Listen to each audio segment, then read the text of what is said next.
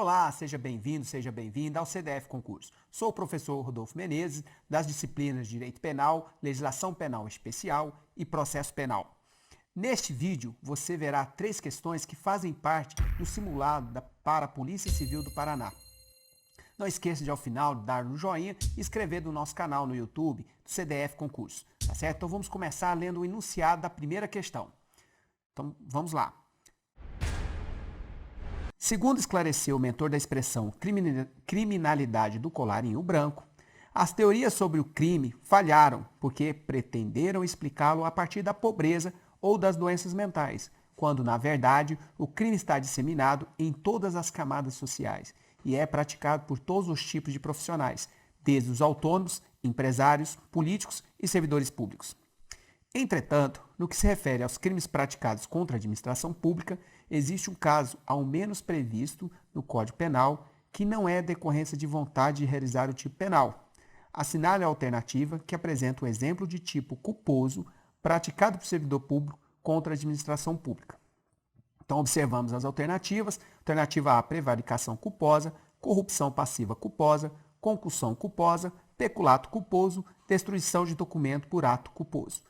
Então, observe que não é uma questão muito complexa. O texto é grande do enunciado, mas aquele que estudou os crimes praticados contra a administração pública por servidores públicos teria uma facilidade para responder. Mas vamos aproveitar para lembrar alguns conhecimentos que fazem parte do pensamento, quando você está lendo, o que você pensaria nessa questão. Então, vamos começar o crime culposo. O que seria o crime culposo? Então, estamos lá na tela. Sujeito descumpre o dever jurídico dado imposto a todos. É uma conduta negligente, prudente ou imperita. Então, o crime culposo ele é caracterizado quando o indivíduo ele não age com o dolo, com a intenção e a vontade de praticar a conduta criminosa. Ele, na verdade, ele descumpre um dever jurídico de cuidado. Então, não é um descuidado qualquer. É um descuidado previsto juridicamente no ordenamento penal como crime. E como essas formas elas acontecem? Então, nós temos quais são as formas de crime culposo, as espécies de condutas que podem caracterizar um crime culposo. É a negligência, prudência e imperícia. Então, essas são as 3 espécies de conduta, as formas como alguém pode agir para praticar um crime culposo. Então, um exemplo bem claro é na direção. Então, a pessoa está dirigindo seu veículo, então a conduta dela qual é? Ela quer dirigir o veículo. E ela, dirigindo o veículo, atende seu celular e acaba se distraindo, falando do celular, e atropela uma pessoa, causando lesão corporal.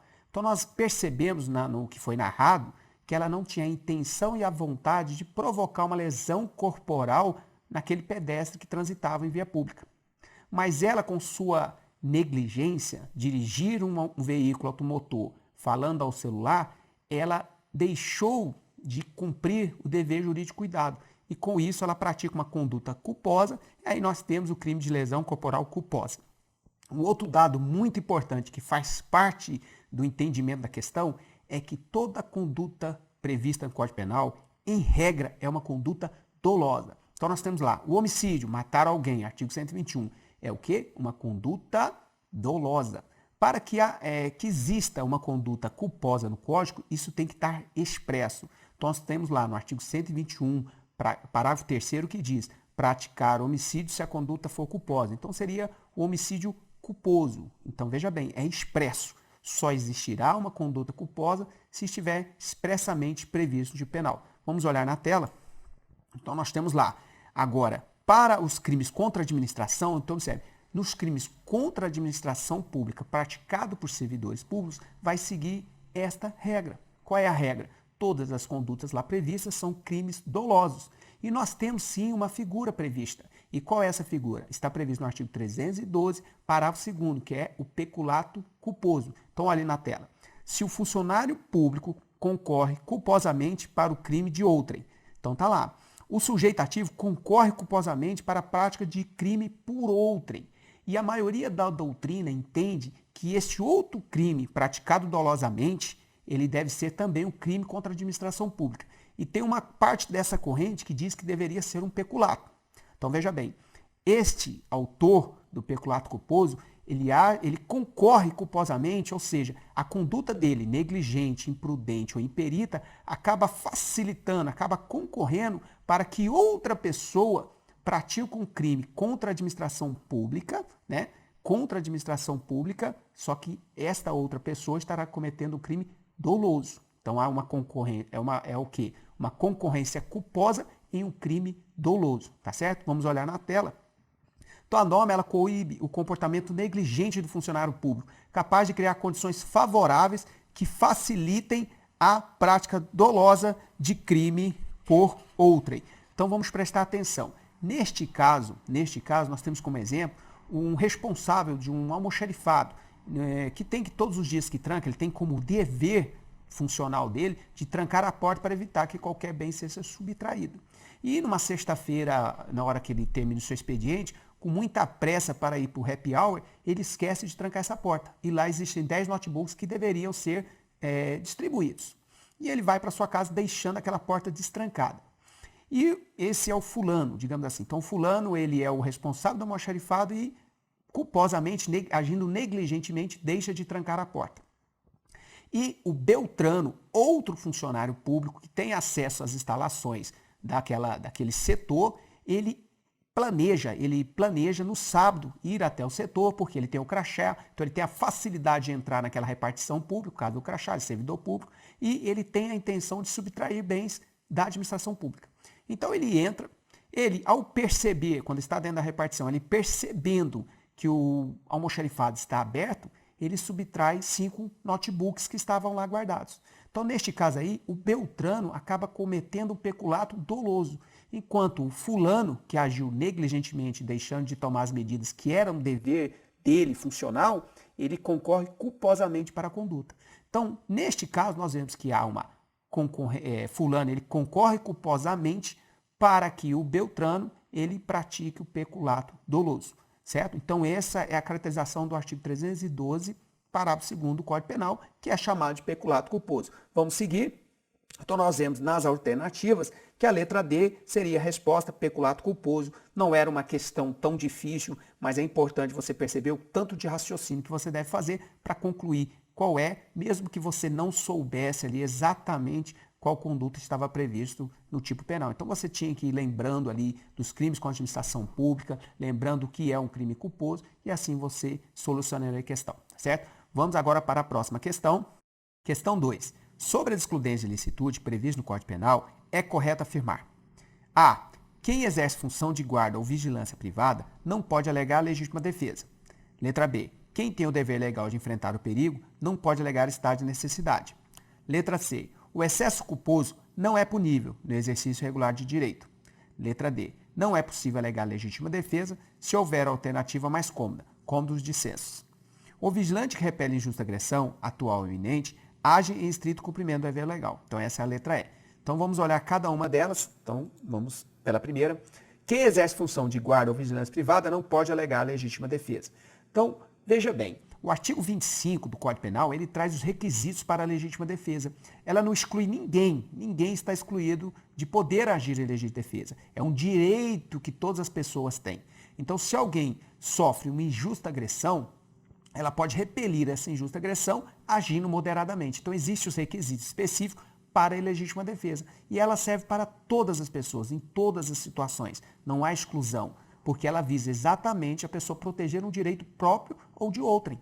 Então, se a pessoa está caminhando pela rua e ela é atacada por alguém que tenta matá-la, ela pode reagir e matar essa pessoa. Ela não terá cometido o crime, porque ela agiu em legítima defesa. Então, observe, vamos ler aqui o artigo 25, olhe na tela. Entende-se em legítima defesa quem? Usando moderadamente dos meios necessários, um requisito. Repele injusta agressão, então, ou seja, a agressão tem que ser injusta. Atual ou iminente, a direito seu ou de outrem. Esses são os requisitos da lei de defesa. Então, a assertiva está errada porque ela exclui uma parcela, um grupo de pessoas dela. Lembrando que a lei 13.000, a lei no final de dezembro, o pacote anticrime 13.964, no final de 2019, ela trouxe uma modificação nesse artigo 25, trazendo o parágrafo único. Então, vamos ler esse parágrafo único. Está lá. Observados os requisitos previstos no caput deste artigo, considere-se também em legítima defesa o agente de segurança pública que repele agressão ou risco de agressão à vítima mantida refém durante a prática de crimes. Então, observe que o legislador ele foi redundante. Esse parágrafo não precisava ter sido incluído no Código Penal. Tecnicamente, não. Por quê? Porque essa pessoa, esse agente de segurança pública, defendendo o direito de outrem, ele assim agindo como está previsto no parágrafo único, ele estaria acobertado pela prática, né, pela legítima defesa. Então, o agir dele está acobertado pela legítima defesa. Mas nós entendemos que, por algumas questões talvez políticas, ideológicas, daquele grupo de pessoas que entende, né, entende que sempre a polícia, quando age com qualquer tipo de força, ela está abusando do seu direito. Isso não é verdade, nós sabemos que não. Mas talvez para mostrar para essa ideologia, para essas correntes políticas, que o agente de segurança pública, na verdade, é uma forma de proteger as pessoas, então foi colocado esse artigo aí do 25, parágrafo único, tá certo? Ele vai servir, por exemplo, quando o sniper está em posição e nós temos um grupo de reféns, como aconteceu no estado do Rio de Janeiro, ele está no grupo de reféns num ônibus, está com 39 reféns, alguma coisa, número próximo a isso, e ele está ameaçando explodir o ônibus, queimar o ônibus, matar uma pessoa com arma. E o sniper, ele atira nesse agressor, porque ele está repelindo uma injusta agressão, protegendo o direito de outrem, que é o direito à vida. Então isso já estaria abarcado, já seria cobertado pelo caput do artigo 25. E agora nós temos o artigo 25, parágrafo único, que vem reforçar a ideia, que vem dizer para as correntes políticas e ideológicas que, na verdade, o agente de segurança pública, na sua maioria das vezes, praticamente quase todos, ele age para defender os direitos das pessoas de bem. Isso é um fato incontestável. Então não podemos pensar que o agente, né, de segurança pública, ele age abusando de direitos. Isso não é verdade. Isso não é verdade. Vamos continuar, letra B. Então, quem tem o dever legal de enfrentar o perigo não pode alegar estado de necessidade. Primeiro, estado de necessidade é uma causa de exclusão da ilicitude prevista no artigo 24 do Código Penal. Então, estado de necessidade, causa de exclusão da ilicitude, da mesmo modo que a legítima defesa, o estrito cumprimento do dever legal e o exercício regular de direito. E nós temos alguns requisitos. Então, preste atenção na tela, os requisitos do estado de necessidade. Então, tá lá, perigo atual, situação não provocada pela vontade dolosa do agente, ameaça a direito próprio alheio, sacrifício inevitável, razoabilidade, conhecimento da situação justificante e inexistência de dever legal de enfrentar o perigo. Então, preste atenção que realmente, neste caso, o estado de necessidade, ele exige uma inexistência do dever legal de enfrentar o perigo. Então, imagine, o bombeiro, numa calamidade, no incêndio, ele tem que agir. Ele não pode alegar o estado de necessidade para não agir na defesa dos direitos de outras pessoas. Então ele não pode. Por quê? Porque a profissão dele, ela já está intrínseco que vai correr perigo. Então é claro, ele deve agir quando possível. Então se não for possível ele entrar em determinado local para salvar uma pessoa, ele não vai entrar. Mas sendo possível, apenas perigoso, arriscado, isso faz parte da profissão dele, ele deve agir. Então nós temos aí, olha na tela, o artigo 24, parágrafo 1º, que diz o que está na assertiva. Não pode alegar estado de necessidade quem tinha o dever legal de enfrentar o perigo. Então, essa alternativa é a correta. Vamos ver as demais para ver se há a possibilidade de ter mais de uma correta. Então, vamos verificar. Então, letra C. O excesso culposo não é punível no exercício regular de direito. Então, o excesso culposo, ele é punível. Tanto o excesso culposo quanto o excesso doloso. Tanto culposo quanto doloso. Em qualquer uma das excludentes de licitude. Em qualquer excludente de licitude, você vai ter o excesso culposo e o excesso doloso para coibir abusos. Então, a intenção é coibir abusos. Então, o agente que está agindo numa dessas excludentes da licitude, ele não pode exceder aquilo que é necessário para, né, no caso, estar cobertado por elas. Então, vamos ver no artigo 23, olha na tela, parágrafo único diz, o agente, em qualquer das hipóteses deste artigo. O artigo 23, no caput, ele vai trazer quais são as causas excludentes de licitude previstas na parte geral do Código. Quais são elas? Legítima defesa, estado de necessidade, exercício regular de direito e estrito cumprimento do dever legal. Então, continuando, responderá pelo excesso doloso ou culposo. Então, isso já responde a alternativa C. Vamos partir para a alternativa D. Não é possível alegar legítima defesa se houver alternativa mais cômoda, que é o cômodo dos dissensos. Está equivocada, porque o estado de necessidade, ele exige uma saída mais cômoda. Então, a pessoa só pode alegar o estado de necessidade se ela não tinha outra forma de resolver aquela situação. Então, podemos lembrar do clássico exemplo da tábua da salvação. Então, na tábua da salvação, tem 2 náufragos dentro do mar e apenas uma tábua, que pode segurar apenas um, flutuando apenas um para que não morra afogado. Então, tem 2 pessoas ali, Aquela que ficar com a tauba será salva e aquela que ficar sem a tauba morrerá. Então, neste caso, aquele que matar o outro para ficar em cima da tábua, esse é o exemplo clássico, ele terá agido em estado de necessidade para poder sobreviver. Tá? Isso se ele não tinha outra alternativa. Por exemplo, se tivesse um colete próximo, ele não poderia matar a pessoa para ficar com a tábua, porque ele poderia utilizar o colete, certo? Isso se aplica ao estado de necessidade. A legítima defesa, ela não exige uma saída mais cômoda. Então, aquela pessoa não é obrigada, por exemplo, a sair de uma situação que está sendo agredida sem reagir. Não é isso que a lei pede. A lei pede que ela use moderadamente os meios. Então, por exemplo, uma pessoa está na rua, ela começa a ser agredida, por mais que ela pudesse correr, fugir daquele local, ela não é obrigada. Ela pode agir em legítima defesa e, agindo com os meios moderados, ela estará também acobertada pela legítima defesa. Então, neste caso, a alternativa está errada, porque na legítima defesa não é necessário, não se exige a saída mais cômoda. Vamos seguir, então, para a próxima. Letra E. O vigilante que repele injusta agressão, atual ou iminente, age em estrito cumprimento do dever legal. Não. A pessoa que repele injusta agressão, não importa se é um vigilante, não importa se é um policial, se ele está agindo, repelindo uma injusta agressão, ele vai agir em legítima defesa. Então, se ele usar moderadamente os meios, se o perigo for atual ou iminente, se for em defesa de direito próprio ou de outrem, ele estará agindo em legítima defesa. Então, vamos olhar na tela, seria o artigo 25, caput do Código Penal. Então, nós temos aí que a resposta da nossa alternativa seria a letra B, como foi dito anteriormente, ok? Então, agora vamos partir para a próxima questão.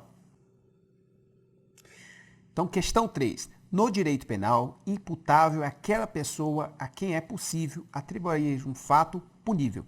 De modo geral, qualquer pessoa imputável, exceto na hipótese de alternativa A, embriaguez completa proveniente de caso fortuito ou força maior, menoridade, doença mental e desenvolvimento mental incompleto ou retardado. Embriaguez pré-ordenada, menoridade, senilidade e desenvolvimento mental incompleto ou retardado. Letra C, embriaguez completa proveniente de caso fortuito ou força maior, menoridade, senilidade e desenvolvimento mental incompleto ou retardado. Letra D, emoção, violenta paixão e embriaguez pré-ordenada. Letra E, erro de tipo, erro de proibição e violenta emoção. Então, primeiramente, percebemos que o examinador ele já inicia falando que todos são imputáveis. E depois ele pede as causas de exclusão da imputabilidade. Então, olhe na tela. A imputabilidade é a capacidade de entender o caráter ilícito do fato e determinar-se de acordo com esse entendimento. Então, veja, nós temos um critério intelectivo e um critério volitivo. Intelectivo, ele tem que entender, ele tem que saber que aquela conduta é criminosa. Então, essa é a primeira coisa. E o caráter volitivo ele sabendo que aquela conduta é criminosa, ele tem que agir com vontade de praticá-la.